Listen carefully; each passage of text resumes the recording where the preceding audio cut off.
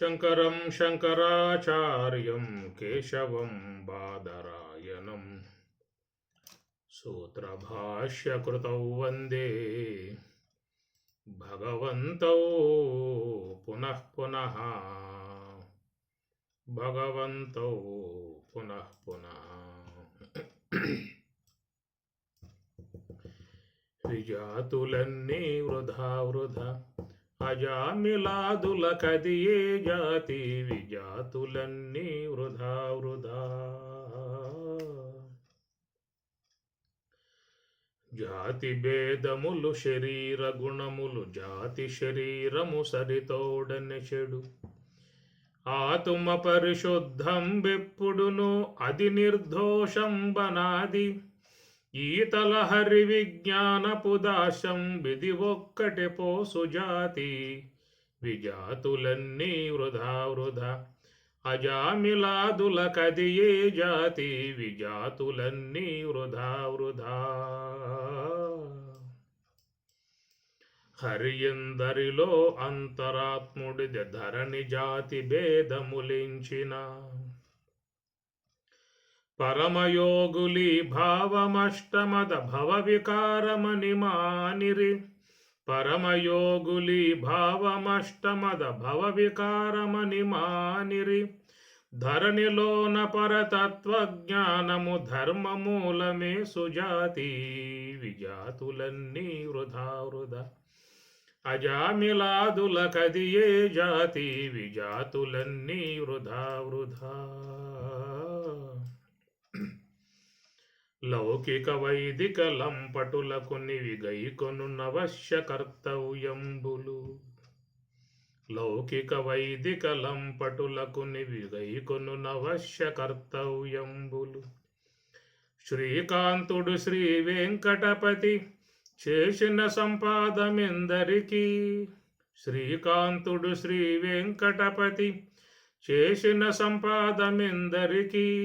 ఏ కొన్ని ఇన్నియు మీరిన వారికి మీ నామమే పోసు జాతి. ఏ కొన్ని ఇన్నియు మీరిన వారికి మీ నామమే పోసు జాతి. విజాతులన్నీ వృధా వృధా అజామిలాదుల కదియే జాతి. విజాతులన్నీ వృధా వృధా అజామిలాదుల కదియే జాతి. విజాతులన్నీ వృధా వృధా. హరలీలావతారాయ శంకరాయ పరౌజసే. కైవల్యకలనాకల్ప తరవే గురవే నమః.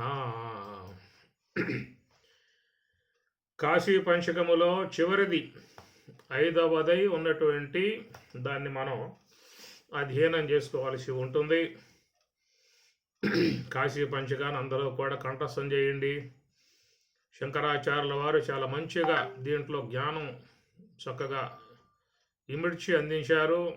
ఇది 5 శ్లోకాలుగా ఉండేటువంటి పంచ అంటే 5 కాశీ పంచకము ఎంతో పరమార్థ జ్ఞానం అంతరార్థాలను చొప్పించి ఇచ్చినటువంటి కాశీ పంచకాన్ని సులభంగా అందరూ కూడా మనసులో చొప్పించవచ్చు, మనసులో ప్రవేశింపజేసుకోవచ్చు, మనసులో జ్ఞానాన్ని పెట్టుకోవాలి. మనో నివృత్తి పరమోపశాంతి సా తీర్థవర్యా మణికర్ణికాచ. జ్ఞాన ప్రవాహ విమలాది గంగా సాకాశికాహం నిజబోధరూప. యస్యామిదం కల్పితమింద్రజాలం చరాచరం భాతి మనోవిలాసం. సచ్చిసుఖైకా పరమాత్మరూపా సాకాశికాహం నిజబోధరూపా. కోశేషు పంచసు అధిరాజమానా బుద్ధిర్భవానీ ప్రతిదేహగేహం. సాక్షి శివ సర్వగతోంతరాత్మా సాకాశికాహం నిజబోధరూపా. కాశ్యాం హి కాశతే కాశీ కాశీ సర్వప్రకాశికా. సా కాశీ విదితా యేన తేన ప్రాప్తా హి కాశికా. చివరిది 5వ శ్లోకం.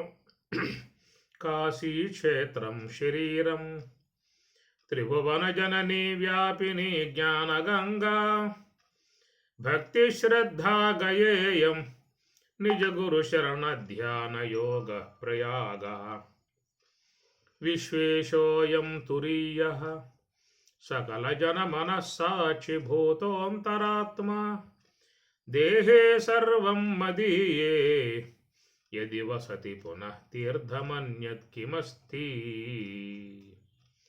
కాశీక్షేత్రం శరీరం.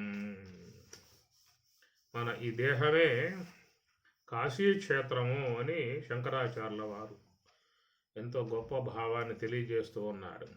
ఎందుకంటే విశ్వేశ్వరుడు, అంతటా వ్యాపకమై ఉన్న సర్వేశ్వరుడు మన దేహములో ఉండటం కారణంగా మన దేహమే కాశీక్షేత్రం. ఈశ్వర సర్వభూతానాం హృతుదేశే అర్జున తిష్టతి, పరమాత్మ అన్నమాట. సర్వవ్యాపకమై ఉన్నటువంటి ఈశ్వరుడు మన శరీరంలో ఆయన మరి అందరికీ కూడా నాథుడు, ప్రాణనాథుడు. ఏవి కృష్ణ పరమాత్మల వారికి 16,000 మంది గోపికలు అన్నారు.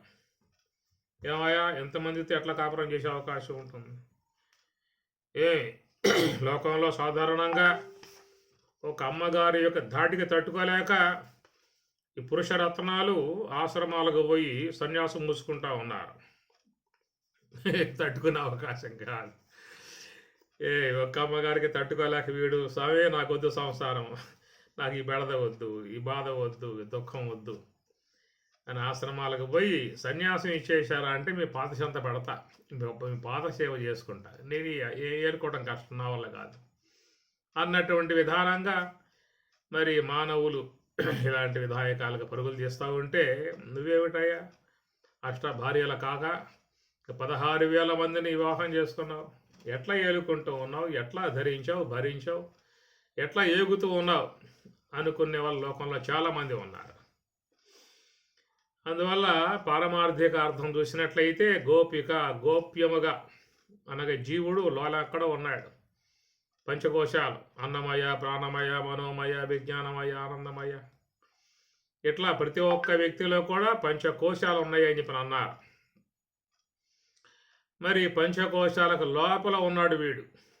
అన్నమయ కోశం లోపల ప్రాణమయ కోశం, దాని లోపల మనోమయ కోశం, దాని లోపల విజ్ఞానమయ కోశం, దాని లోపల ఆనందమయ కోశం, దానికి అతీతముగా ఎక్కడో లోపల ఉన్నటువంటి జీవుడు. అలాంటి ఆ జీవులందరికీ కూడా నాథుడు సర్వేశ్వరుడు. ఏమి కృష్ణ పరమాత్మ కర్షయతీతి కృష్ణ డుక్కురున్ కరణే చిదానందేన కృష్ణేన, చిదానంద స్వరూపుడు కృష్ణుడు, బ్రహ్మస్వరూపుడు కృష్ణుడు. ఆ విధముగా ఉన్నటువంటి ఆ సర్వేశ్వరుడు యొక్క అధీనములో ఈ విశ్వములో ఉన్నటువంటి 16,000 కాదు, 16 లక్షలు కావచ్చు. ప్రస్తుతం ఉన్నటువంటి యొక్క సంఖ్య ప్రకారముగా భారతదేశంలో 120-130 కోట్ల జీవులు కావచ్చు, మానవుల వరకే, ఇతర జీవుల సంగతి కాదు. అందువల్ల 130 కోట్ల జీవులకు ఆయన నాథుడు, అందరికీ కూడా ఆయన ప్రాణనాథుడు. ఆయన అనుగ్రహంతోనే అందరూ కూడా జీవిస్తూ ఉన్నారు. ప్రాణపతి అంటారు. ప్రాణపతి అంటే మన శరీరంలో ఉన్నటువంటి శ్వాస, అది ప్రాణం. ఆ ప్రాణానికి ఆయనే పతి. ఆ ప్రాణం ఉందంటే కారణం ఏమిటి? ఆయన అనుగ్రహంతో ఉన్నది. సర్వేశ్వరుని యొక్క అధీనములో ప్రాణం సంచారం చేస్తూ ఉన్నది కాబట్టి ఆ ప్రాణం ఉండబట్టే మనం ఈ లోకంలో సంచారం చేసే విధానం. ప్రాణం లేకుండా ఎవడు ఉంటాడు లోకంలో? కళ్ళు లేకుండా ఉండవచ్చు, చెవులు లేకుండా ఉండవచ్చు, నోరు లేకుండా ఉండవచ్చు, కాలు లేకుండా ఉండవచ్చు, చేతులు లేకుండా ఉండవచ్చు. ప్రాణం లేకుండా ఎవడు ఉండే అవకాశం లేదు. కనుక ఆ ప్రాణానికి ప్రాణపతిగా ఉన్నటువంటి ఈశ్వరుడు కాబట్టి ఆయన సకల జీవులకు పతి. గతి భర్త ప్రభు సాక్షి నివాస శరణం సుహృతు ప్రభవ ప్రళయస్థానం నిధానం బీజం అవ్యయం. గతి భర్త ప్రభు సాక్షి అన్నీ కూడా సకల జీవులకు అయి ఉన్నాడు కాబట్టి ఆ ప్రకారంగా 16,000 మంది అని చెప్పి అప్పుడు చెప్పిన సంఖ్య. ఇప్పుడు చెప్పుకోవాల్సి వస్తే 130 కోట్ల సంఖ్య. అందరికీ కూడా ఆ యొక్క కృష్ణ పరమాత్మ భగవంతుడే నాథుడు. ఈ జీవులందరూ కూడా దేహాంతరాల లోపల ఉన్నారు కాబట్టి గోప్యముగా తెలియబడకుండా అవ్యక్తముగా ఉండటం కారణంగా దాన్ని గోపికగా అంతరార్థాలుగా చెప్పుకునే అంశము. కాబట్టి ప్రకారంగా సకల జీవులకి ఆయన ప్రాణనాథుడుగా ఉన్నటువంటి ఈశ్వరుడు కాబట్టి ఆయన ప్రాణపతి అని చెప్పి అన్నారు. అందువల్ల అందరి శరీరాలలో ఉన్నటువంటి విధానమే ఈయన శంకరాచార్యుల వారు కాశీక్షేత్రం శరీరం, మన దేహమే కాశీక్షేత్రము చూడగలిగితే శివుడు ఇక్కడే ఉన్నాడు, ఆడుకోపోవాల్సిన అవసరం లేదు.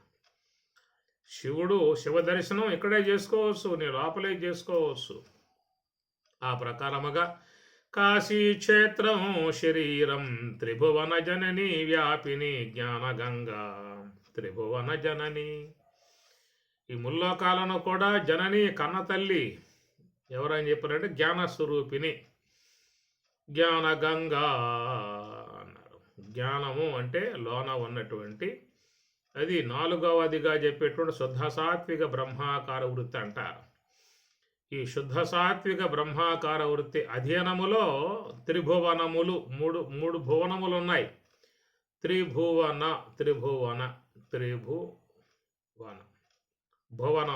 భువనం అంటే గృహం అన్నమాట. గృహాన్ని భవనము అంటారు, భువనము అంటారు. విస్తరించి ఉంటే భువనం అంటారు, పరిమితంగా ఉంటే భవనము అంటారు. త్రిభువన జనని. అందువల్ల ఏమిటి మూడు భవనములు అని చెప్పనంటే స్థూల దేహము, సూక్ష్మదేహము, కారణదేహము. ఈ మూడు భువనములు ఈ జీవుడు సంచరించేటువంటి భువనములు. ఈ స్థూల దేహం ధరించినప్పుడు ఈ విశ్వముతో మనం సంబంధం పడుతూ ఉన్నాం. ఈ విశ్వలోకముతో మనకు ఉన్నటువంటి అనుబంధం ఏమిటంటే ఈ దేహం ఉండబట్టి. ఈ శరీరం లేకుండగా నీకు ఈ విశ్వముతో సంబంధం లేదేక. వీటి జ్ఞానేంద్రియాలను బాహ్యేంద్రియాలు అంటారు, బాహ్య ఇంద్రియములు అంటారు జ్ఞానేంద్రియాలు. లోన ఉన్నటువంటి మనోబుద్ధ్యాదులను అంతరేంద్రియములు అంటారు, అంతఃకరణము అంతర ఇంద్రియములు అంటారు. కనుక లోన ఉన్నటువంటి వాటి తెలుసుకునేది అంతరేంద్రియం, బయట ఉన్నటువంటి వాడు తెలుసుకునేటువంటి జ్ఞానేంద్రియాలు. కాబట్టి జ్ఞానేంద్రియములు లేకుండగా అంతరేంద్రియముల వరకే ఉన్నట్లయితే బయట ఉన్నవి గోచరించదు. కండు లేని వానికి మనస్సు ఉంటుంది కానీ దృశ్యం గోచరించదు. చెవులు పనిచేయనటువంటి వానికి మనస్సు ఉంటుంది, శబ్దాలు వినపడవు. నాలుక పనిచేయకపోతే మనస్సు ఉంటుంది, రుచులు తెలియబడవు. కనుక ఈ రుచులు కానీ దృశ్యములు కానీ శబ్దాలు మొత్తం బయట ఉన్నాయి. కాబట్టి బయట ఉన్నటువంటి యొక్క వాటి తెలుసుకోవటానికి బయట ఉన్న ఇంద్రియాలు వాడుకోవాలి తప్ప లోన ఉన్న ఇంద్రియాల ద్వారా తెలుసుకునే అవకాశం లేదు. శ్రోత్రేంద్రియం లేకుండా మనసుతోనే శబ్దాలు వింటావా? నేత్రేంద్రియం లేకుండా మనసు ద్వారానే చూస్తావా? జిహ్వేంద్రియం లేకుండా మనసుతోనే రసాలు గుర్తిస్తావా? తెలుసుకునే అవకాశాలు లేవు. నీకు నేత్రేంద్రియం ఉండాలి. ఆ నేత్రేంద్రియం ఉంటేనే లోనన్న మనస్సు నేత్రం ద్వారా బయట ఉన్నది చూస్తుంది. కాబట్టి వీటిని బాహ్య ఇంద్రియములు అని చెప్పి అన్నారు. ఈ బాహ్య ఇంద్రియములు బయట ఉన్నటువంటి వాట్లను తెలియజేస్తుంది. ఈ విశ్వంలో ఉన్నటువంటి ఆకాశమునందు శబ్దాలు ఉన్నాయి, వాయువులో స్పర్శలు ఉన్నాయి, అగ్నిలో రూపాలు ఉన్నాయి, జలములో రసాలు ఉన్నాయి, పృథివిలో గంధములు ఉన్నాయి. ఇట్లాగా విశ్వమంతా కూడా భువనం. ఇది ఒక భవనం అన్నమాట. విశ్వ జగత్తంతా కూడా పంచభూతాత్మక భువనము. భువనమోహన అంటారు. అనగా ఈ ముల్లోకాలకి అధినాయకుడుగా ఉన్నటువంటి యొక్క భగవంతుడు భువనలోకం, భువన మనోహర. కాబట్టి ప్రకారంగా ఈ విశ్వం యొక్క భువనం. ఈ భువనంలోకి మనం వచ్చామంటే మనకి దేహం ఉండబట్టి విశ్వంలోకి వచ్చాం. ఈ దేహం కనుక లేకపోయిందా అంటే మనకి భువనముతో అనుబంధం తెగిపోతుంది అంతే. అది ఒక వ్యక్తి ఇంట్లో అసువులు బాగా వెళ్ళిపోయిన తర్వాత పారమాలిటీ కోసంగా ఇంట్లో అందరూ కూడా దుఃఖానికి గురుగుతారు. ఏడవాల్సి ఉంటుంది. అది ఒకవేళ కొంతమంది ఏడుపు రాకపోయినా ఏడవాల్సి ఉంటుంది అంతే. ఏమి ఒకవేళ ఏడవకపోతే ఏమంటారంటే ఈయన పోయినా కానీ వీళ్ళకి ఏడుపు లేదు, ఈ పోవటం ఇష్టమే వీళ్ళకేమన్నా అని చెప్పి అనుకుంటా. పారమాలిటీ అన్నమాట అది. అయితే పల్లి ప్రాంతాల్లో అయితే చుట్టూ కూర్చుని వంతుల వారీగా బ్యాచ్ల వారీగా తీసుకుపోయేదాకా అట్లాగా చేసే పని ఉంటుంది. సరే బాధ లేకుండా ఉండదనుకోండి, కానీ దుఃఖించాలి, ఏడవాలన్నమాట. పారమాలిటీ అన్నమాట. ఎవరు కూర్చోకపోతే ఏమిరా ఇటు పోయాడు, ఏడవటం లేదే అని అనుకుంటారు లోకంలో చూసేటువంటి వాళ్ళు కూడా. అయితే సిటీల్లో ఏడవటం అనేటువంటిది ఒక ఆచారం ఉంది కాబట్టి, ఏడవకపోతే ఏరే భావనలు వస్తాయి కాబట్టి అక్కడ కొన్ని గ్రూపులు ఉంటాయన్నమాట, ఏడ్చే గ్రూపులు. ఎట్లయితే పెళ్ళిళ్ళకి బ్యాండ్ మేళాలు వస్తాయో అట్లనే కొన్ని పెళ్ళిళ్ళకు మేళతాళాలు వస్తాయో అట్లాగా చనిపోయిన తర్వాత ఏడ్చేందుకు కూడా ఒక బ్యాచ్ ఉంటుందన్నమాట. వాళ్ళకు ఫోన్ చేయగానే అందరూ కారు వేసుకుని వచ్చేస్తారు. శవం చుట్టూ కూర్చొని చక్కగా తాంబూర్ర, వీణ, ఫ్లూటు, గ్లూటు అన్నీ పెట్టుకుని సంగీతబద్ధంగా ఏడుస్తారు వాళ్ళు. అయితే డబ్బులే వాళ్ళు, ఊరికే ఆడవారు వాళ్ళు. ఏమి ఈ ప్రకారంగా ఉండేటువంటి ఒక దుఃఖ సంబంధమై ఉన్నటువంటి భావం అన్నమాట.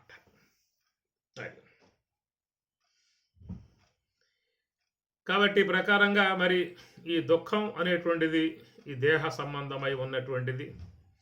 మరి దేహ భావనతోనే లోకంలో దుఃఖానికి గురయ్యే పరిస్థితి.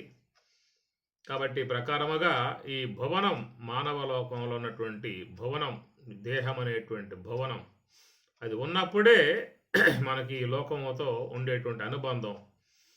ఒకవేళ దేహం పోయిందా అని చెప్పనంటే ఇక అనుబంధం పోతుంది, ఉండదు ఇక. ఒకవేళ పోయిన తర్వాత పోయాడని ఏడుస్తూ ఉంటే వీళ్ళు రాత్రి వచ్చేసేవాడు ఇంట్లో జొరబడి, మీరేం ఆడమాకండి, నేను ఎక్కడే ఉన్నాను, శోకించాల్సిన అవసరం లేదు, నేను మీతోనే ఇక్కడ ఉంటానని చెప్పనే భావంతో వాడు వచ్చాడు అని చెప్పనంటే ఇంట్లో వాళ్ళు స్వాగతిస్తారా? సంతోషమై నువ్వు వచ్చావు, చాలా మాకు ఆనందం, వెళ్ళిపోయావు అని చెప్పి అనుకున్నావు, వచ్చావు కాబట్టి మాకందరికి ఆనందమే అని చెప్పి అంటారా? ఏం చేస్తారు? పారిపోతారా? మొత్తం పారిపోవటం ఇంట్లో అని చెప్పండి. కనుక ఆ విధంగా రావడానికి వీల్లేదు. మరి ఏడుస్తున్నారు కదా అని చెప్పినట్టు ఏడుస్తాం, అంతవరకే. పోయిన తర్వాత ఏడవద్దా? ఏడుస్తాం. నువ్వు రావటమే ఏడుసావని చెప్పేసి అని. రావడానికి వీల్లేదు, అంతేక. ఈ భువనంతో వాడి అనుబంధం తెగిపోయింది. శరీరం విడిచిపెట్టాడు అంటే ఈ భువనముతో, ఈ యొక్క పంచభూతాత్మిక లోకముతో అనుబంధం తెగిపోతుంది. కాబట్టి స్థూల దేహము అనేటువంటిది ఈ యొక్క పృథివీ సంబంధ భువన లోకం, అదనమాట. రెండవది సూక్ష్మదేహం. కాబట్టి సూక్ష్మ దేహాన్ని అనుసరించే జీవులందరూ కూడా స్వర్గానికి ప్రయాణం అవుతారు. దేహం పోయిన తర్వాత స్వర్గలోకానికి వెళ్ళటం అవుతుంది. తేతం భుక్త్వా స్వర్గలోకం విశాలం త్రయీ విద్యామో అసోమపాహ పూతపాపాహ యజ్ఞైష్ట్వా స్వర్గతిం ప్రార్థయంతే తే పుణ్యమాసాద్య సురేంద్రలోకం దివ్యాన్ దివిదేవ భోగాన్. పరమాత్మ గీతలో బోధించాడు.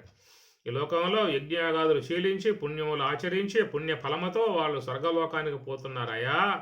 ఆ స్వర్గలోకంలో చక్కగా వాళ్ళు సకల భోగములు భోగించే విధానముగా అని చెప్పనమాట. కనుక స్వర్గలోకం సుఖం, కాబట్టి సుఖములు పొందే విధానముగా ఉన్నటువంటి విధానంలో మరి ఈ యొక్క సూక్ష్మ దేహంతో పోవాలే తప్ప స్థూల దేహంతో పోయే అవకాశాలు లేవు స్వర్గానికి. కనుక అది ఒక లోకం, అది ఒక భవనం. స్వర్గం ఒక భవనం, ఎన్నో అందాలు, ఎంతో కాంతివంతమై ఉన్నటువంటి విధానాలు, సకల సుఖములకు ఆలవాలమై ఉన్నటువంటిది. నిర్జరులు అని చెప్పని అంటారు. కాబట్టి ఆ లోకానికి పోయిన తర్వాత అక్కడ సూక్ష్మ దేహానికి స్వర్గ సంబంధమైనటువంటి యొక్క దేహాన్ని ఇస్తారు. దాన్ని దివ్య దేహము అంటారు. అదే వాడు మళ్ళీ క్షీణే పుణ్య మర్త్యలోకం విశంతి. ఆ పుణ్యం కాస్త క్షీణించిందా అంటే మళ్ళీ మర్త్యలోకానికి వస్తాడు. కనుక మర్త్యలోకంలో ఇక్కడ మట్టి సంబంధమైన దేహాన్ని ఇవ్వటం అవుతుంది ఇక్కడ. అది దేవలోకానికి పోతే దివ్య దేహములు, కాబట్టి వాళ్ళ దేవతలు అన్నారు. దివ్ అంటే ప్రకాశం. ప్రకాశమై ఉన్నటువంటి యొక్క దేహాలు ఆడకపోతే ఇస్తారన్నమాట. అక్కడ ఆ దేహాలకు ఏంటంటే నిర్జరులు అన్నారు. నిలింపులు, నిర్జరులు అంటారు. నిర్జర అంటే ముసలితనం, అది లేదు, నిత్య యవనంగా ఉండొచ్చు అనమాట. అక్కడైతే ఈ లోకంలోకి వస్తేనే బాల్యం, యవనం, వృద్ధాప్యం అని చెప్పని, ఆడకపోతే నిత్య యవనస్తులు అన్నమాట. వాళ్ళు నిర్జరులు అనే మాట వాడతారు దేవలోకంలో. కనుక ఆ ప్రకారంగా మరి ఈ జీవుడు అనేటువంటి వాడు ఈ పార్థివ లోకాన్ని వీడి ప్రయాణం చేసినప్పుడు అక్కడ సూక్ష్మదేహంతో సూక్ష్మ లోకాలకు పోతాడు అంటారు. ఇవన్నీ ఉన్నాయా అండి అన్న డౌట్ కూడా ఏర్పడుతుంది. ఉన్నాయి అనేటువంటి భావనగా మనం అనుకోవాలి. శాస్త్రం చెబుతుంది కాబట్టి శ్రద్ధావాన్ లభతే జ్ఞానం అని చెప్పి కనుక శ్రద్ధ పెట్టాలి, విశ్వాసం ఉంచాలి. ఎందుకంటే విశ్వంలో ఏవే ఉన్నా మనకేం తెలియదు. ఎక్కడ ఉన్నవానికి అక్కడ సంబంధ జ్ఞానం వస్తుంది తప్ప అన్నింటి జ్ఞానాలను ఆయన ప్రసాదించడు. ఏమి స్వర్గంలో ఉన్నటువంటి వాళ్ళకి ఈ భూలోక సంబంధ వ్యవహారం తెగిపోతుంది, ఉండదేక. అభిమన్యుడు చనిపోయిన తర్వాత అర్జునుడు ఒకే శోక సాగరంలో మునిగిపోయాడు. పుత్రా పుత్ర పుత్ర హా పుత్ర హా పుత్ర. నవయవనంలో ఉన్నాడు, మరి పుత్రుడు పోతే దుఃఖమే కదా. అట్లాగా బాధపడుతూ ఉంటే చెప్పాడు కృష్ణుడు, అయా జాతస్య ధ్రువో మృత్యు, ఎప్పటికైనా పోవాల్సి ఉంటుంది. కాబట్టి యుద్ధంలో వీరోచితంగా పోరాడి ఆయన అసువులు బాశాడు. కాబట్టి వీర మరణాన్ని పొందాడు. ఆయన కోసం శోకించమాక అని పరమాత్మల వారు చెప్పారు. చెప్పినా కానీ పుత్రవాత్సల్యం ఉంటుంది కాబట్టి బోర్ను ఏడుస్తూ ఉన్నాడు. సరే, ఆయన దుఃఖం తీర్చే ఉద్దేశంతో కృష్ణుడు తన యొక్క మహిమాన్విత విధానములో ఈ అర్జునుడిని స్వర్గలోకానికి తీసుకుపోయాడు. రావయ్య బావా అని చెప్పని. స్వర్గలోకంలో దివ్య భోగాలను అనుభవిస్తూ అభిమన్యుడు చక్కగా ఆనందిస్తూ సంతోషంగా ఉన్నాడు. అర్జునుడు పోయి హా కుమారా పుత్ర అని కౌగులించుకోబోయాడు. అలాగా పోగానే అభిమన్యుడు ఆపాడు. ఆగు ఆగు, ఎవరు నువ్వు అన్నాడు. నేను రా నాయన, మీ తండ్రిని నా. ఎన్నో తండ్రి నువ్వు, ఏ జన్మలో తండ్రివి? నా చాలా అయిపోయినాయి జన్మలు, అనేక జన్మలలో చాలామంది తండ్రులు ఉన్నారు, ఏ జన్మలో తండ్రివి అనేటువంటి విధానంగా మనకు సన్నివేశాన్ని బోధిస్తారు అట్లాగా.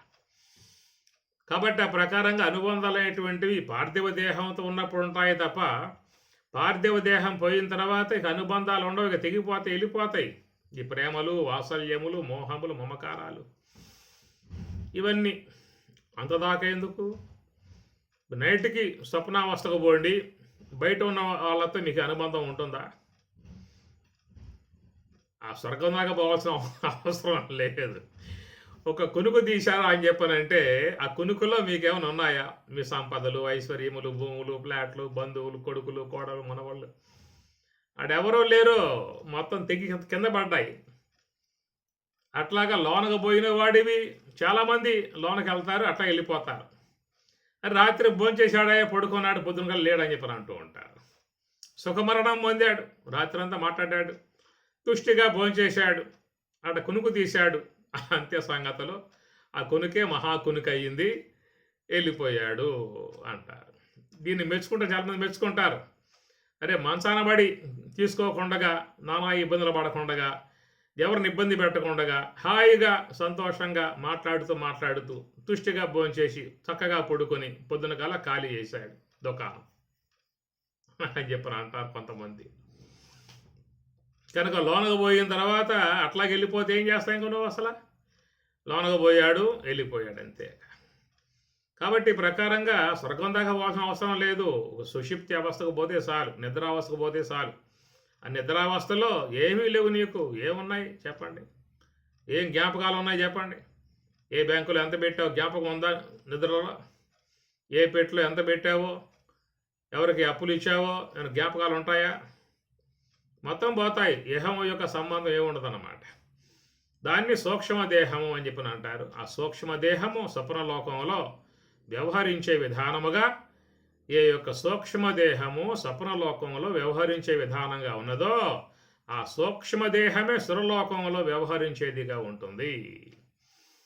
కనుక ఇది మామూలు నిద్ర, అది మహానిద్ర. మరణం అనేది మహానిద్ర. ఆ నిద్రపోయిన వాడికి స్వర్గలోకం ప్రాప్తిస్తుంది. ఈ నిద్రపోయిన వాడికి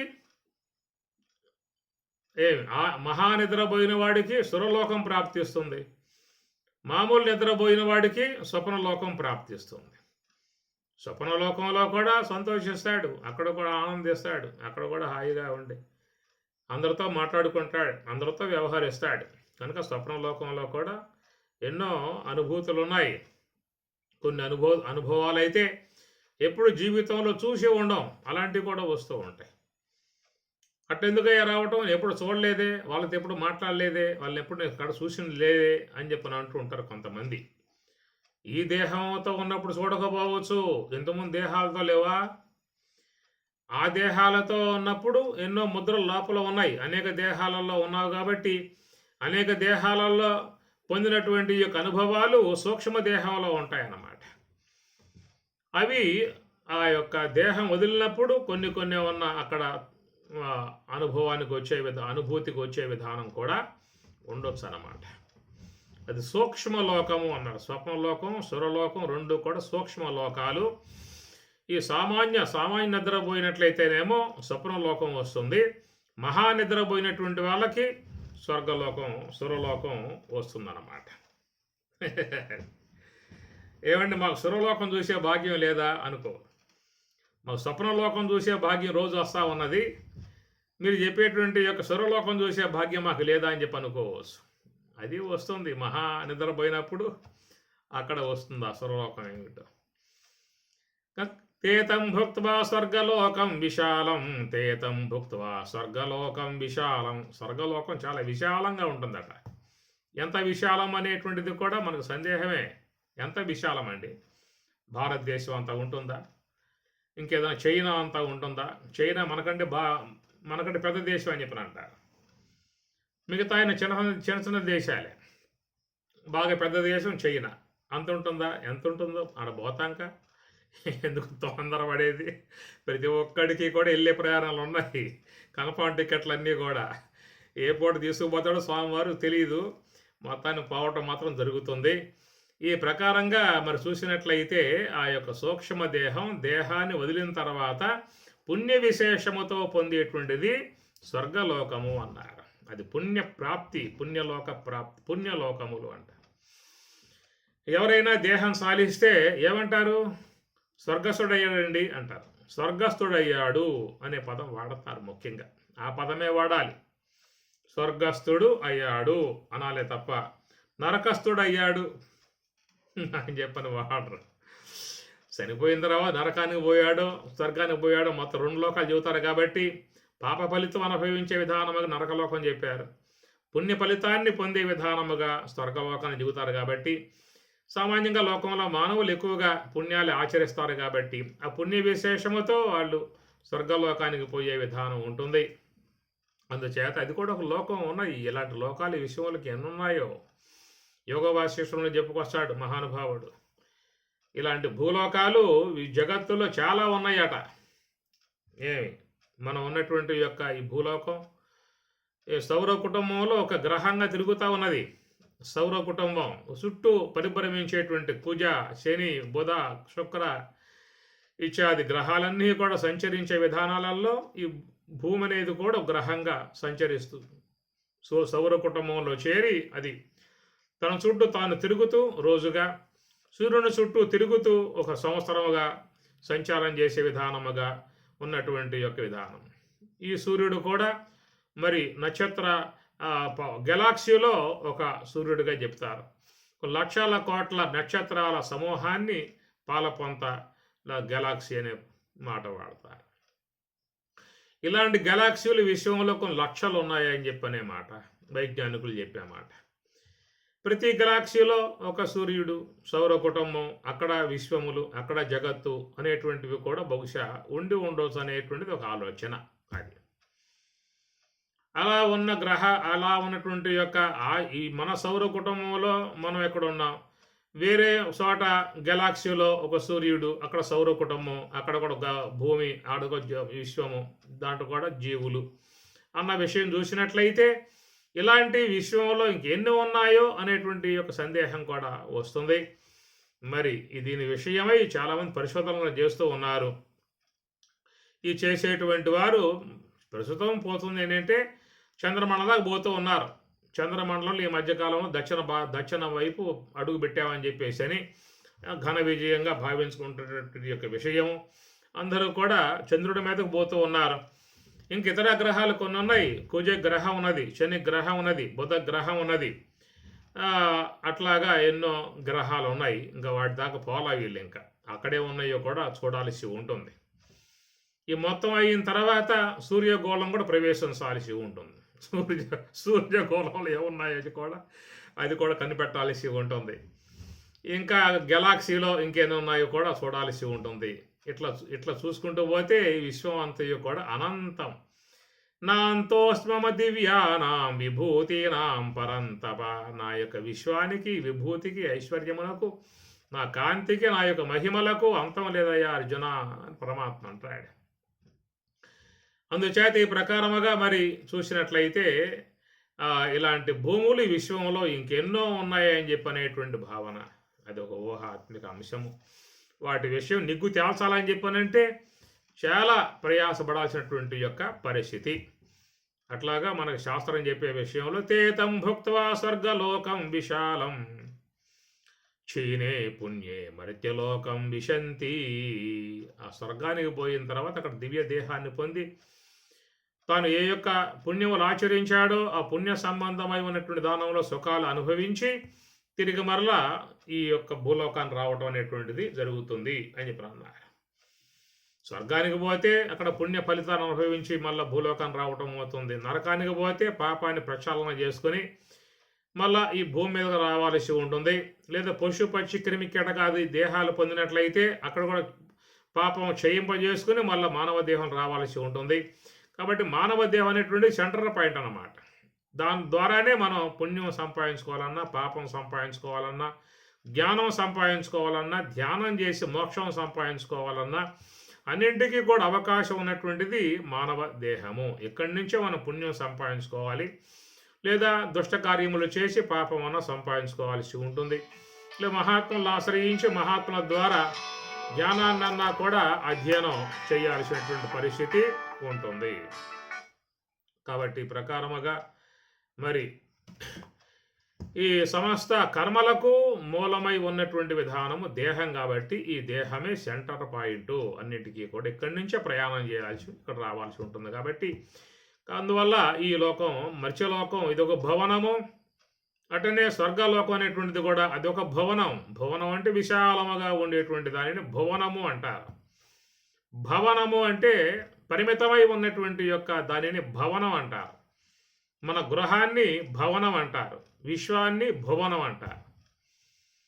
పాంచభౌతికమైన భవనంబు దేహంబు అని భాగవతం చెబుతున్నమాట. పాంచభౌతికమైన భవనంబు దేహంబు. ఈ దేహాన్ని భవనం అనే మాటగా భాగవతంలో వస్తున్నటువంటి అంశం అన్నమాట. ఎందుకు భవనం అన్నారు అని చెప్పనంటే లోన ఈ యొక్క జీవుడు తన యొక్క సంసారంతో నివాసం పెట్టుకున్నాడు. జీవుడు అవిద్య అనే భార్యను కట్టుకొని ఆమె యందు ఇతడు మరి పుత్రులు జ్ఞానేంద్రియాలు, ఆ పుత్రికలు కర్మేంద్రియాలు, ఇంటికి పెద్దవాళ్ళుగా మనస్సు, బుద్ధి, అహంకారాదులు ఇవన్నీ కూడా చేరి లోపల సంసార విధానం జరుగుతూ ఉన్నది. అందువల్ల జీవుణ్ణి సంసారి అని చెప్పని అంటారు. జీవుడు సంసారి కనుక ఈ 20 తత్వాల సంసారంతోనే దేహంలో ప్రవేశిస్తాడు. రేపు మళ్ళీ ప్రయాణం చేసేటప్పుడు ఈ సంసారంతోనే మళ్ళా లెగిసి వెళ్ళిపోవాల్సి ఉంటుంది. ఈ సంసారం ఎప్పటికీ ఉంటుంది వీడికి. ఒకవేళ బాహ్యముగా ఏర్పడేటువంటి యొక్క సంసారం అయితే ఏమి మాంగళ్యం తంతు నానేనా మమ జీవన హేతునా కంఠే బద్నామి శుభగే సంజీవ శరధాం శతం అని 3 ముళ్ళు వేసినట్లయితే అక్కడ సంసారం అనేది ఏర్పడుతుంది. కనుక ఈ సంసారం అనేది కొద్ది కాలం శీలిస్తాడు. ఆ తర్వాత ఆయువు తెరగానే సంసారం విడిచిపెట్టి వెళ్ళిపోతాయి. ఇది బాహ్యముగా ఉన్నటువంటి యొక్క సంసారం. లోపల ఈ భువనం అనేటువంటి దేహములో పెట్టినటువంటి యొక్క సంసారం మాత్రం మరి ఆ యొక్క సంసారముతోనే జీవుడు రావాలి. మళ్ళీ ఆ సంసారం అంతా కలుపుకొని తీసుకొని ఆ సంసారంతోనే వాడు ప్రయాణం మళ్ళీ చేయాల్సి ఉంటుంది. ఆ జీవుడు ప్రయాణం చేసేటప్పుడు తన వెంబటే మరి ఆ సూక్ష్మ దేహము, కారణ దేహము, వాటిల్లో ఉన్నటువంటి జ్ఞానేంద్రియములు, కర్మేంద్రియములు, అంతరేంద్రియములు, వాటి యొక్క సహాయముతో సంపాదించుకున్నటువంటి పుణ్య పాప సముదాయము, జ్ఞాన సముదాయము అన్నింటినీ కూడా తీసుకుని జీవుడు ప్రయాణం చేసే విధానం ఉంటుంది. కాబట్టి ఈ దేహము అనబడేటువంటి యొక్క దానిని భవనము అనే మాట. ఈ భవనం అంటే ఇల్లు అన్నమాట. కాబట్టి ఇది యొక్క జీవుడు సంసారానికి ఇల్లు. నవద్వారే పురే దేహే, ఈ నవద్వార పురమగు ఈ దేహమునందు కాపురం పెట్టాడు. కాపురం పెట్టాడు, కొంతకాలం సాగుతుంది. ఆ తర్వాత మళ్ళీ ఆయువు తీరిపోగానే ఈ దేహం అనే భవనం వదిలిపెట్టేసి మరలా తన సంసారం అంతా ప్రయాణం చేస్తాడు. అన్నీ కూడా ట్రాన్స్ఫర్ ట్రాన్స్ఫర్ ట్రాన్స్ఫర్ తప్ప రిటైర్మెంట్ లేదు. ట్రాన్స్ఫర్ అయిన వాడు కూడా ఏం చేస్తాడు, వేరే గ్రామానికి పట్టణానికి ట్రాన్స్ఫర్ అయితే ఇక్కడ ఈ ఇంట్లో ఉన్నటువంటి యొక్క సామాన్లన్నీ సర్దుకొని ఒక లారీకి వేసుకొని భార్య బిడ్డలతో బయలుదేరతాడు. మళ్ళీ ఆ యొక్క ఆ కొత్త విధానముగా ఆ గ్రామంలో ఇంటిలో మళ్ళీ కాపురం ఏర్పాటు చేసుకుంటాడు. అట్లా 5 ఏళ్ళు అయ్యిందా అంటే మళ్ళీ గడువు అయిపోతుంది. కాబట్టి మళ్ళీ ఆ ట్రాన్స్ఫర్ వస్తుంది, ఇంకో చోటకి ప్రయాణమై మళ్ళీ పోవాల్సి ఉంటుంది. ఈ ప్రకారముగా రిటైర్మెంట్ అయ్యేదాకా వీడు ట్రాన్స్ఫర్ అవ్వాల్సిందే తప్ప ఇంకా మరొక మార్గం లేదు. గవర్నమెంట్ యొక్క రూల్ అది, గవర్నమెంట్ వారి యొక్క రూల్ అన్నమాట. ఏమండి, ఎందుకంటే మమ్మల్ని తిప్పటం పదపదాకా ఈ సామాన్లన్నీ తీసుకొని మంచం కాంసం ఇంట్లో ఉన్న సామాన్లన్నీ సర్దుకొని లారీలు వేసుకొని ఈ పోవటం నానా అవస్థ అయిపోతున్నది. ఎక్కడ మేము ఉన్నామో అక్కడే పెట్టేసుక జీవితకాల పర్యంతం మాకు ఉద్యోగం ఉండేదాకా అట్లా ప్రభుత్వం పెట్టవచ్చు కదా అని చెప్పన్న విషయం చాలామంది జాబ్ చేసే వాళ్ళల్లో ఉంటుంది. అయ్యా ప్రభుత్వం వారు మాకెందుకు తిప్పలన్నీ కూడా, గ్రామం పెడితే మా గ్రామంలో ఇల్లు కట్టుకుంటాం, స్థిర నివాసం ఏర్పాటు చేసుకుంటాం, అక్కడే మీకు సేవలు చేస్తాం. ఎంతకాలం మాకు ఉద్యోగ పరిమితి ఉన్నదో అంతకాలం సేవలు చేస్తాం. రిటైర్ అయిపోయిన తర్వాత ఆ ఇంట్లోనే ఏదో ప్రశాంతంగా ఉంటాం కదా, ఏమిటి తిప్పటం మమ్మల్ని నానా రకాలుగా ఇబ్బందులు పెట్టే విధానంగా అనే విధానంగా చాలామంది ఎంప్లాయీస్లో కూడా ఆ భావనలు ఉంటాయి. కానీ ప్రభుత్వం రూళ్ళు ఉంటాయి కాబట్టి తిరగాల్సిందే. ఆ ప్రకారంగానే ఈ జీవుడు కూడా అనేక దేహాలలో ప్రవేశిస్తూ ఉంటాడు. ఎంప్లాయీస్లో కూడా కొన్ని గ్రామాలు మంచివి వస్తాయి, కొన్ని గ్రామాలు చాలా పల్లె ప్రాంతాలుగా వస్తాయి, కుగ్రామాలుగా వస్తాయి. ఎక్కడ ప్రభుత్వం వేస్తే అక్కడికల్లా పోవాల్సి ఉంటుందన్నమాట. ఆ సౌకర్యములు ఉండవచ్చు, ఉండకపోవచ్చు. ఉన్న చోట ఆస్వాదిస్తాడు, ఉన్న చోట బాధపడే పరిస్థితి ఏర్పడుతుంది. ఇది ఉద్యోగం జాబ్ చేసేటువంటి వాళ్ళకి అనుభవంలో ఉండేటువంటి యొక్క విషయం. పల్లె ప్రాంతాల్లో పడేస్తారు, పట్టణ ప్రాంతాల్లో పడేస్తారు. ఇది ప్రభుత్వం యొక్క విధానం అన్నమాట.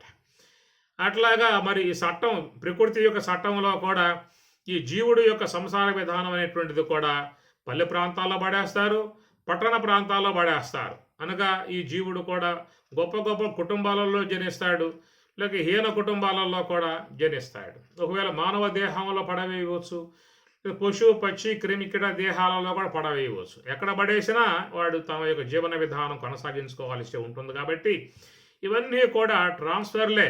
రిటైర్మెంట్ ఎప్పుడయ్యా? ఇంతకాలముగా ఈ జీవుడు తన యొక్క సామగ్రి సర్దుకొని జ్ఞానేంద్రియములు, కర్మేంద్రియములు, అంతరేంద్రియములు, గుణములు, దైవీ గుణాలు, ఆసురీ గుణాలు, లోన ఉన్న పుణ్యపాపముల సముదాయాలు మొత్తం సర్దుకోవాల్సిందే.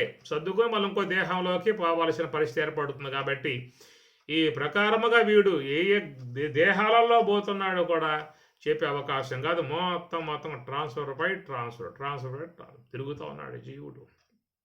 ఎప్పుడే రిటైర్మెంట్ ఏడికి జీవుడికి అని చెప్పనంటే అది గురు కరుణ, ఈశ్వరానుగ్రహము, దైవానుగ్రహ హేతుకం అన్నాడు. దైవానుగ్రహం రావాలి, గురువు అనుగ్రహం రావాలి, జ్ఞానాన్ని అధ్యయనం చేయాలి, మరి అష్టాంగ ప్రక్రియ ఆచరించాలి. యమ, నియమ, ఆసన, ప్రాణాయామ, ప్రత్యాహార, ధారణ, ధ్యాన సమాధులుగా ఉన్నటువంటి యొక్క వాటిని అధ్యయనం చేయగలిగితే అప్పుడు ఈ యొక్క జీవుడు అంతర్ముఖుడై మరి యోగ సమాధి ఎందు తన యొక్క జీవత్వమును వీడి సంసారమును వీడి చక్కగా బ్రహ్మములో లీనమైపోతున్నాడు. అది మోక్షము. గజేంద్ర మోక్షం అని చెప్పాను లేదా? గజేంద్ర మోక్షం అన్నమాట. గజేంద్రుడు అంటే జీవుడే. గజేంద్రుడు, గజ అంటే ఏనుగ, అహంకార పూరితమై ఉన్నటువంటి ఒక జీవుడు కాబట్టి వానికి మోక్షం రావటమే గజేంద్ర మోక్షం అని చెప్పనే మాట మన భాగవతంలో వస్తుంది. ఈ ప్రకారముగా లోన ఉన్నటువంటి ఒక జీవుడు నవద్వారే పురే దేహే, నవద్వార పురమగు ఈ దేహములో ఉన్నాడు కాబట్టి ఈ పురమునే భువనము భవనం అన్నారు. భువనం అంటే ఈ పంచభూతాత్మిక విశ్వాన్ని భువనము అంటారు. పంచభూతాత్మిక ఈ దేహాన్ని భవనం అని చెప్పి అన్నారు. మరొక అర్థం ఏంటంటే భవనం అని చెప్పి అన్నప్పుడు భా అంటే బ్రహ్మం అన్నమాట. భా అంటే భగవంతుడు. ఎవరి యొక్క శరీరములో చక్కగా భగవదారాధన ఉంటుందో, జ్ఞానారాధన ఉంటుందో, సోహంభావ ధ్యానం ఉంటుందో, సత్వ విచారణ ఉంటుందో, నిర్మల మనస్కులై భగవంతుణ్ణి ఆరాధించే విధానముగా ఎవరి యొక్క దేహం ఉంటుందో అలాంటి వాళ్ళ అందరి దేహాలు కూడా భవనములే అని చెప్పి అన్నారు. కనుక ప్రతి ప్రాణి, ప్రతి మానవుడు కూడా భగవంతుని ఆరాధించాలి, భగవత్ స్మరణ చేయాలి, భగవంతుని జపం చేయాలి, భగవత్ చింతన చేయాలి, భగవతత్వాన్ని అధ్యయనం చేయాలి. ఇవన్నీ కూడా మానవత ధర్మములు, మానవుడిగా పుట్టినందుకు చేయాల్సినటువంటి యొక్క పని. కాబట్టి ఈ ప్రకారం ఎవరైతే మరి ఆ భా అంటే బ్రహ్మము, భా అంటే భగవంతుడు, ఆ భగవద్ విచారణ కలిగి ఉన్నటువంటి వారి దేహమే భవనము అంటారు. ఎవరి యొక్క దేహమునందు ఈ భగవత్తత్వము, భగవద్ విచారణ, భగవద్ ధ్యానము, భగవద్ జపము ఇలాంటి భగవత్తత్వం లోపించి ఉన్నట్లయితే బకారం లేదు అక్కడే. బకారం తీసేయండి భవనములో, బా తీసేస్తే ఏమవుతుంది? వనం. వనం అంటే అరణ్యం అన్నమాట. అది అరణ్యాల్లో ఏముంటాయి చెప్పండి? అరణ్యాలలో పులులు, సింహాలు, తోడేళ్ళు, నానా క్రూర మృగాలన్నీ కూడా సంచరించే విధానముగా ఉన్నటువంటి దాన్ని వనం అంటారు. వనం అంటే అరణ్యం. వనం, వన విహారం, అరణ్య విహారం. కనుక ఏ ప్రకారంగా వనములో ఇలాంటి క్రూర మృగాలు ఉంటాయో అట్లాగా భగవత్ సంబంధ విచారం లేకుండా, భగవత్ సంబంధ తత్వజ్ఞానం లేకుండా, సోహంభావ ధ్యానం లేకుండా మరి ఉన్నటువంటి వాళ్ళ శరీరములో ఈయన తాండవేస్తాయి. ఏవి అని చెప్పనంటే ఈ క్రూర మృగాలుగా ఉన్నటువంటి కామ, క్రోధ, లోభ, మోహ, మద, మత్సర, ఈర్ష, ఇషాది, అసూయ, దంభము, దర్పము, ఈర్ష, కక్ష, ప్రతీకారం, వైరం ఇలాంటివన్నీ కూడా వాళ్ళ శరీరాలలో నివాసంగా అయ్యే విధానం ఏర్పడుతుంది. కాబట్టి వాటి వల్ల ఇతరులకి ఇబ్బందే, వాడికి ఇబ్బంది అన్నమాట. అందరికీ ఇబ్బంది వాటి వల్ల. కాబట్టి ఈ ప్రకారముగా మన దేహాన్ని భవనం అనేదిగా ఒక పరమార్థాంశంలో చెప్పేటువంటి మాట. వ్యష్టిగా ఉంటే భవనం, సమిష్టిగా ఉంటే భువనం. కాబట్టి ఇదేమో బాహ్య భువనం, పంచభూతాత్మిక భువనం. ఇది మర్త్యలోకం అని చెప్పి అన్నారు. అటనే దివ్యలోకమై ఉన్నటువంటి యొక్క స్వర్గం అది కూడా మరి భువనం, సమస్త దేవతలకు నివాసమై ఉన్నటువంటి భువనం అని చెప్పని.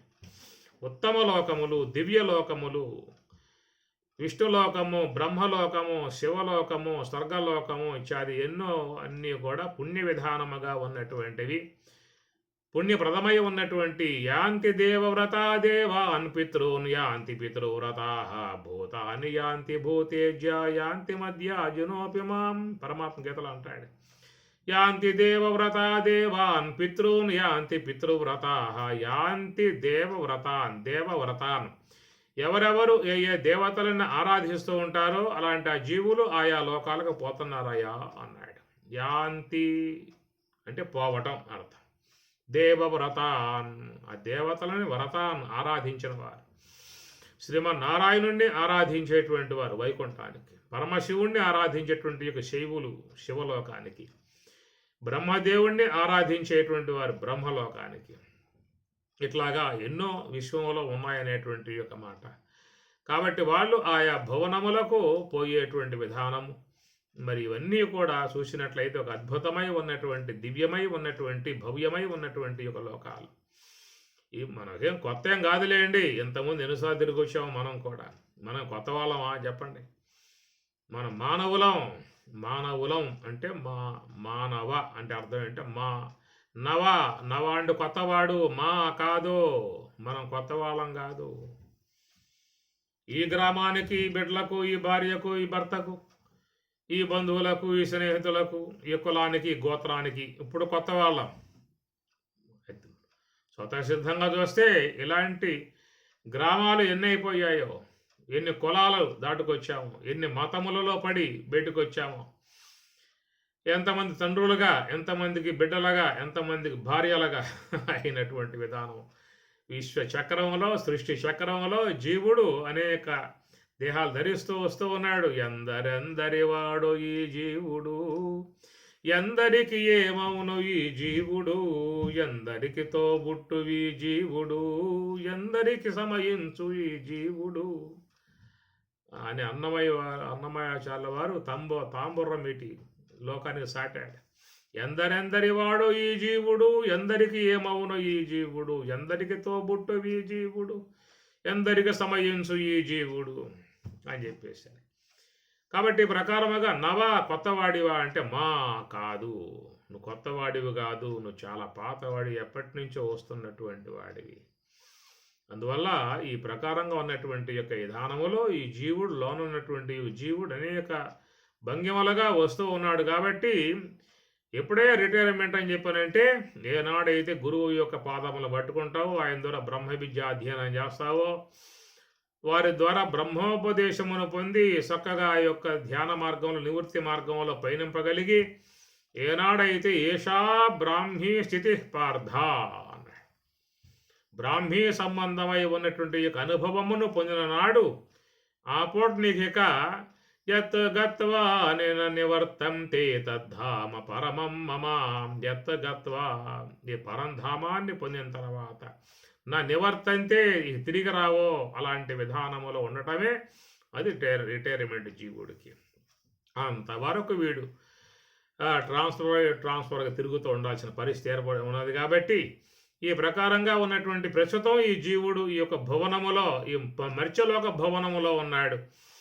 ఆ తర్వాత దేహం సాలించిన తర్వాత మరి పుణ్య విశేషాన్ని అనుసరించి స్వర్గలోక భువనమును చేరుకుంటాడు. ఇంకా పాప కార్యములు చేసినటువంటి వారు నరకలోక భువనమును చేరుకుంటారు. ఈ ప్రకారంగా త్రిభువన జనని వ్యాపిని జ్ఞానగంగా, త్రిభువన జనని ముల్లోకాలను కూడా పాలన చేస్తూ ఉన్నటువంటిది జ్ఞానస్వరూపిణి అమ్మవారు జగన్మాత, సృష్టికర్త. అమ్మల గన్నయమ్మ, ముగురమ్మల మూల పుటమ్మ, చాలా పెద్దమ్మ, సురారులమ్మ, కడుపారగ పుచ్చనయమ్మ, తన్నులో నమ్మిన వేలుపుల మనంబుల నుండి అమ్మ దుర్గమాయంబ.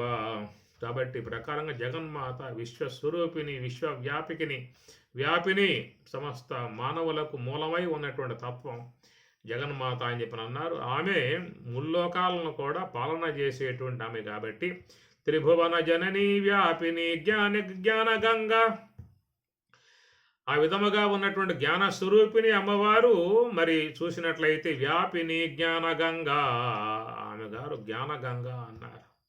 గంగా భవానీ అంటారు. మన కాశీలో అమ్మవారు ఎంతో చక్కగా ప్రయాణం చేస్తూ ఉంటుంది.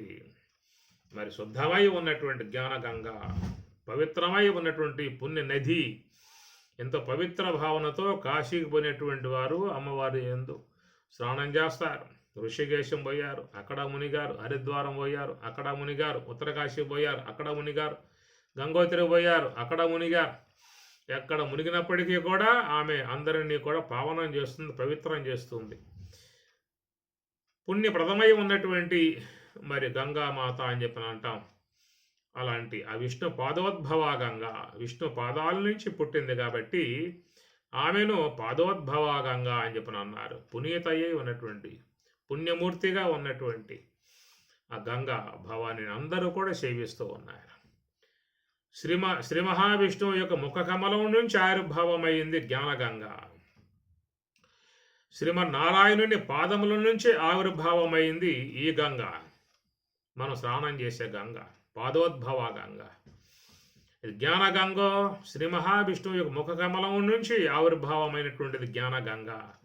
గీతా గంగోదక స్నానం, గీతా గంగోదక స్నానం. కాబట్టి గీతనే గంగలో మహాత్ములు స్నానం చేస్తూ ఉన్నారు.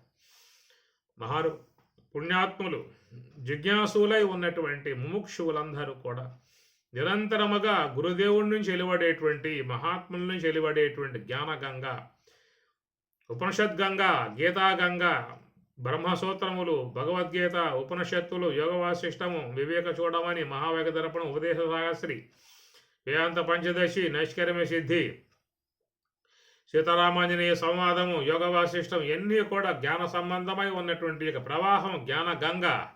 అది మహాత్ముల నుంచి ఆ గంగ స్రవిస్తుంది ఎన్నో ఉపనిషత్ మంత్రాలతో, ఎన్నో వేద మంత్రాలతో, ఎన్నో భాగవత పద్యాలతో జాలువారేటువంటి వియద్గంగ, పుణ్యగంగ. ఆ గంగలో ముఖ్యంగా ఎంతోమంది జిజ్ఞాసులు స్నానం చేసి తమ తమ మాలిన్యాలు వాళ్ళు పోగొట్టుకుంటూ ఉన్నారు.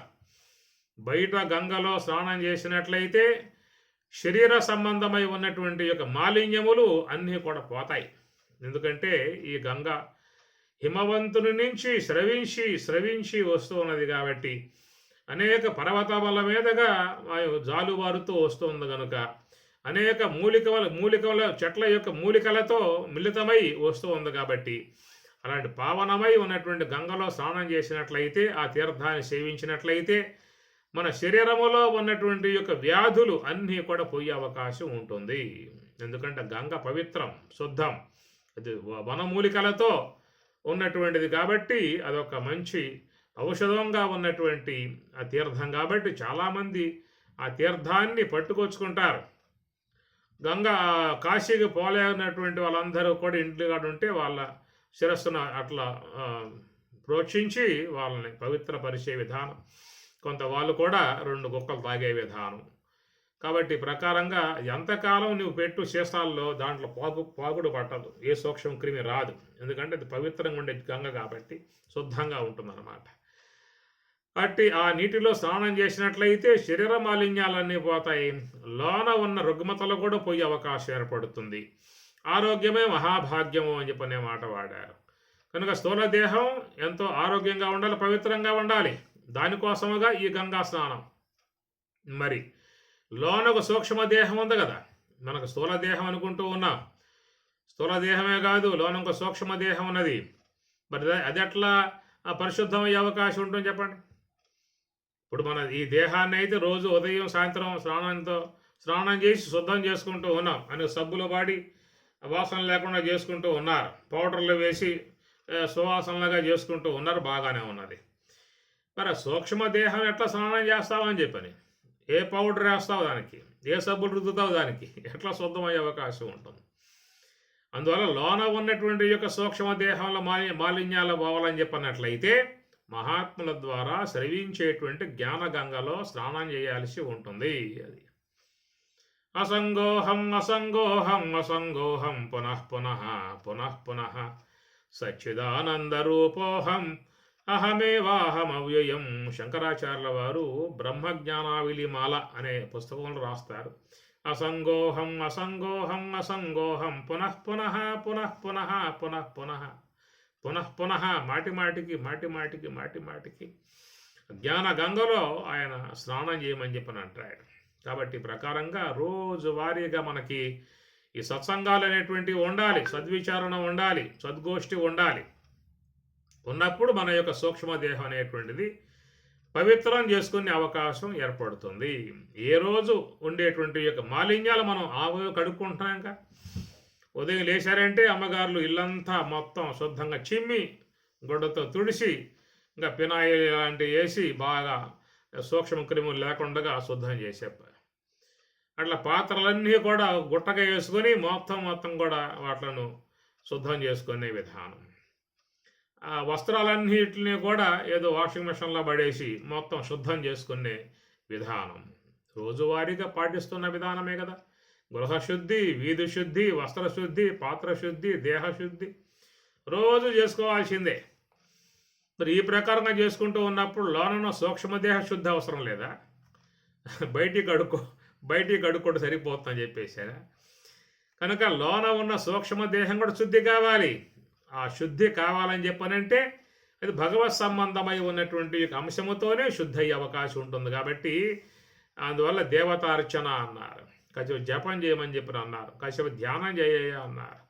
అట్లా మహాత్ములు చెప్పేటువంటి యొక్క విషయాలు సత్సంగం చేయి, మనకు ఆ యొక్క వాక్యాలను శ్రవణం చేయి, తత్వ విచారణ శ్రవణం చేయి ఇత్యాది వాటి వల్ల మరి ఆ సూక్ష్మ దేహంలో పడ్డటువంటి యొక్క మాలిన్యాలన్నీ కూడా పోయే అవకాశం ఏర్పడుతుంది. కాబట్టి తాత్విక సంబంధమై ఉన్నటువంటి యొక్క మార్గము ద్వారా సూక్ష్మ దేహాన్ని మనం శుద్ధం చేసుకోవాల్సి ఉంటుంది. కాబట్టి శంకరాచార్యుల వారు జ్ఞాన ప్రవాహ విమలాది గంగా జ్ఞాన గంగా వ్యాపిని జ్ఞాన గంగా, కాబట్టి దానిని జ్ఞానగంగా అన్నారు. బాహ్య గంగా అని చెప్పి అనలా. జ్ఞానగంగా అంటే జ్ఞానం అంటే తత్వస్వరూపం, తత్వ విషయం. భగవద్గీత జ్ఞానగంగా కనుక గంగలో స్నానం చేసి ఎంతోమంది మహాత్ములు పునీతులయ్యారు. శంకర, రామానుజ, మధ్వాచార్య, నింబార్క, దయానంద, వివేకానంద, రామతీర్థ, తోతాపురి, పరమహంస, చిన్మయానంద, లక్ష్మణార్యులు, శాస్త్రస్వాములు, అన్నయ్య తీర్థ స్వాములు, ఈ ప్రకారంగా చూస్తే అందరూ కూడా పవిత్రులై పావన స్వరూపులై తరించారు అని చెప్పనంటే వాళ్ళు చేసినటువంటి యొక్క స్నానం జ్ఞానగంగలో వాళ్ళ స్నానం ఆడి వాళ్ళ మాలిన్యాలను పోగొట్టుకుని ఏమి లభంతే బ్రహ్మ నిర్వాణం ఋషయ క్షీణ కల్మషాహ అని పరమాత్ముడు చెప్పిన మాట గీతలో.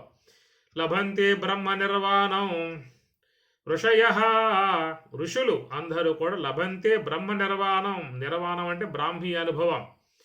అంటే బ్రాహ్మీ అనుభవాన్ని ఋషులు పొందారని చెప్పిన అన్నాడు. ఎట్లా పొందారు? క్షీణ కల్మషాహ, కల్మషములు క్షీణింపజేసుకుని అన్నారు. అందువల్ల గమనించండి, మనం ఈ స్థూల దేహం వరకే భావించుకుంటూ ఉన్నాం. ఈ స్థూల దేహం కడుక్కోవడం పనిగా పెట్టుకున్నాం. పర్వాలా, ఈ పని ఇది అవసరమే. బయట ఉన్న పాత్రలో తోముకోవాలి, గృహం శుద్ధం చేసుకోవాలి, వస్త్రాలు శుద్ధం చేసుకోవాలి, వీధులు శుద్ధం చేసుకోవాలి, దేహము శుద్ధం చేసుకోవాలి. దాంతోపాటు లోన ఉన్నటువంటి సూక్ష్మ దేహాన్ని కూడా శుద్ధం చేసుకోవాలి. దానికోసంగా పెట్టిన విధానమే ఈ ఆరాధన, జపము, ధ్యానము, ఇవన్నీ కూడా. జపతో నాస్తి పాతకం, భగవత్ మంత్రాన్ని జపం చేసినట్లయితే సమస్త దోషాలు పోతాయని చెప్పని. ధ్యానేన ఆత్మని పశ్యంతి, 13వ అధ్యాయం భగవద్గీత. ధ్యానేన ఆత్మని పశ్యంతి, ధ్యానము చేతనే ఆత్మ యొక్క అనుభవాన్ని పొందే అవకాశం ఏర్పడుతుందని భగవద్గీత 13వ అధ్యాయం. ఈ ప్రకారముగా ఎవరైతే సూక్ష్మ దేహాన్ని పవిత్రం చేసుకుంటారో, శుద్ధం చేసుకుంటారో వాళ్లకు మాత్రమే మోక్షము, అంతే అన్నమాట. కాబట్టి మోక్షం అని చెప్పనంటే ఎక్కడికో పోవటం కాదు. నీ లోపల సూక్ష్మదేహం పవిత్రం కావాలి, ఆ సూక్ష్మదేహం బ్రహ్మములో చేరిపోవాలి. దాన్ని బ్రాహ్మీ అనుభవము, జీవన్ముక్తావస్థ అని చెప్పి అన్నారు. జీవించి ఉండగానే మోక్షాన్ని పొందాడు. కాబట్టి ఆ సూక్ష్మదేహం బ్రహ్మం లీనమైపోయింది. బ్రహ్మంలో కలవాలని చెప్పనంటే దాంట్లో ఉన్న మాలిన్యాలు పోవాలి. మాలిన్యాలు పోకుండా సూక్ష్మదేహం బ్రహ్మములో చేరే అవకాశం లేదు. మాలిన్యములతో చేరి ఉన్న సూక్ష్మదేహం మనస్సు బ్రహ్మము ఆకర్షించదు అని అర్థం. ఏమి ఒక భగవంతుడిని గురించి ధ్యానం చేశాడు. బ్రహ్మదేవుడు ధ్యానం చేస్తే బ్రహ్మ ప్రత్యక్షం అయ్యాడు. ఏం కావాలో కోరుకోరా అన్నాడు. స్వామి, నాకు పరుస వేది కావాలన్నాడు. ఏం చేసుకుంటావురా అన్నాడు. ఇనప మొక్కల్ని బంగారంగా చేసుకుంటాను, అవన్నీ అమ్మేసుకుని డబ్బులు బాగా వస్తాయి కాబట్టి పరుస వేదిని నాకు ప్రసాదించడని చెప్పి అన్నాడు వాడు. తదాస్తు అని చెప్పని బ్రహ్మదేవుల వారు పరుస వేదిని ప్రసాదించాడు. కాబట్టి పరుసము సోకినట్లయితే ఇనుము బంగారు మగును లోకంలో ఉంది కదా. ఎట్లాగే ఆతృత గలవాడే వీడు ఏం చేశాడంటే ఎక్కడెక్కడ మూలమూల పడ్డటువంటి ఇనప మొక్కలను తీసుకొచ్చి పెద్ద గొట్టేసుకున్నాడు. ఆ మొత్తం బంగారం అయింది అనుకోండి, 10 కేజీలు గుట్ట వేసాడు. మొత్తం 10 కేజీలు బంగారం అయితే ఎంత డబ్బు వస్తుంది చెప్పండి.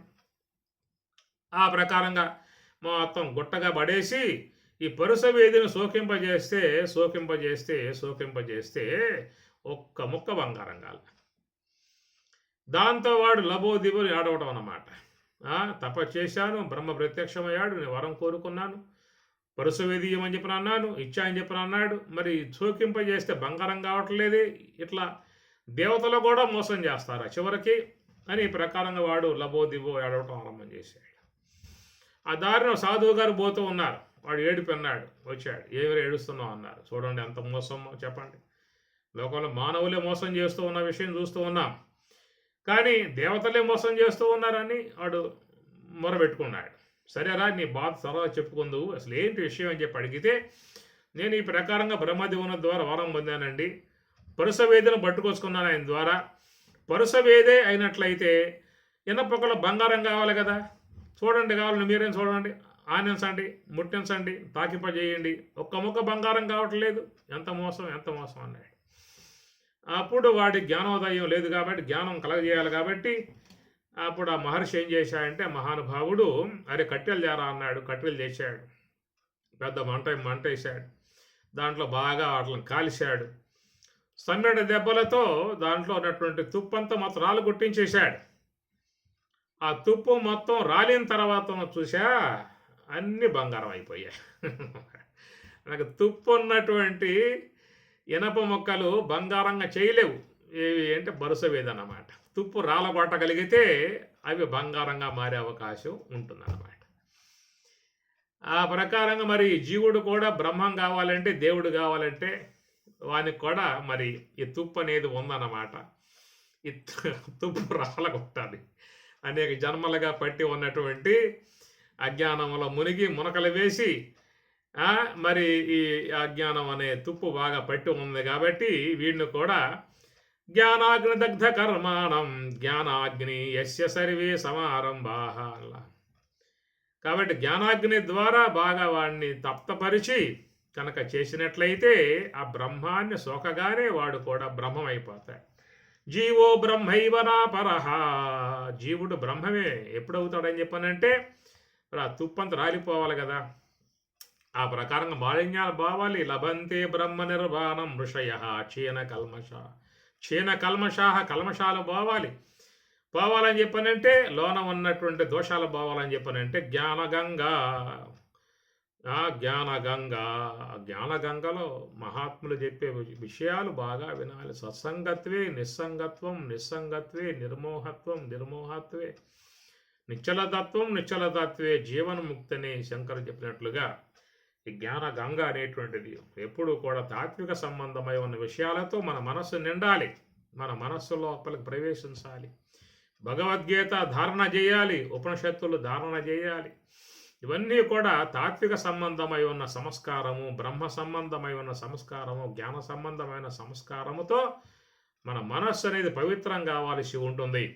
మనం ఆ మనస్సుని రాజకీయ సంబంధ సంస్కారాలతో, సాంసారిక సంబంధ సంస్కారాలతో, ప్రపంచ సంబంధ సంస్కారాలతో, వాటిలో తీళ్లతో మొత్తం నింపుతూ ఉన్నాం కాబట్టి అలాంటి సంస్కారములు చేరినట్లయితే అది మనసులో కలతలు, కన్నీళ్ళు, దుఃఖములు, బాధలు, వేదనలు, అశాంతి ఇవన్నీ తాండవిస్తూ ఉంటాయి. మాకు అన్నీ ఉన్నాయండి, తినటానికి, వినటానికి, ఉండటానికి పుష్కలంగా ఉన్నాయి అంటాడు. మరి ఏం లేదురా అంటే శాంతి సుఖాలు లేవన్నాడు. ఎట్లా వస్తాయి ఇవన్నీ కూడా? ఆత్మలక్షణాలు ఆత్మతో ఉంటే వచ్చాయి తప్ప వీటితో పొందే ఉద్దేశం అది అజ్ఞానం అవుతుంది. కాబట్టి ఆ ప్రకారముగా మన యొక్క వ్యక్తిత్వములను, మన యొక్క మనసులను, మన యొక్క ఉన్నటువంటి జీవుణ్ణి పవిత్రపరిచేటువంటి విధానముగా ఉన్నటువంటి జ్ఞానగంగా. కాశీ క్షేత్రం శరీరం త్రిభువన జననీ వ్యాపిని జ్ఞానగంగా భక్తి శ్రద్ధా గయేయం నిజ గురు శరణ ధ్యాన యోగ ప్రయాగ విశ్వేశోయం తురీయః సకల జన మనస్సాక్షిభూతోంతరాత్మ దేహే సర్వం మదీయే యది వసతి పునః తీర్థమన్యత్ కిమస్తి. శంకరాచార్యుల వారు ఇస్తున్నటువంటి కాశీ పంచకంలో ప్రయాణం చేస్తూ ఉన్నాము. తిరిగి మరలా ఈ కాశీ పంచకం వచ్చే శనివారం రోజున ఉంటుంది. సోమవారం మొదలు శుక్రవారం దాకా భగవద్గీత ప్రవచనం ఉంటుంది. హరి ఓం తత్సత్. ఓం సహనా భవతు సహనౌ భునక్తు సహ వీర్యం కరవావహై తేజస్వినావధీతమస్తు మా విద్విషావహై. ఓం శాంతి శాంతి శాంతి.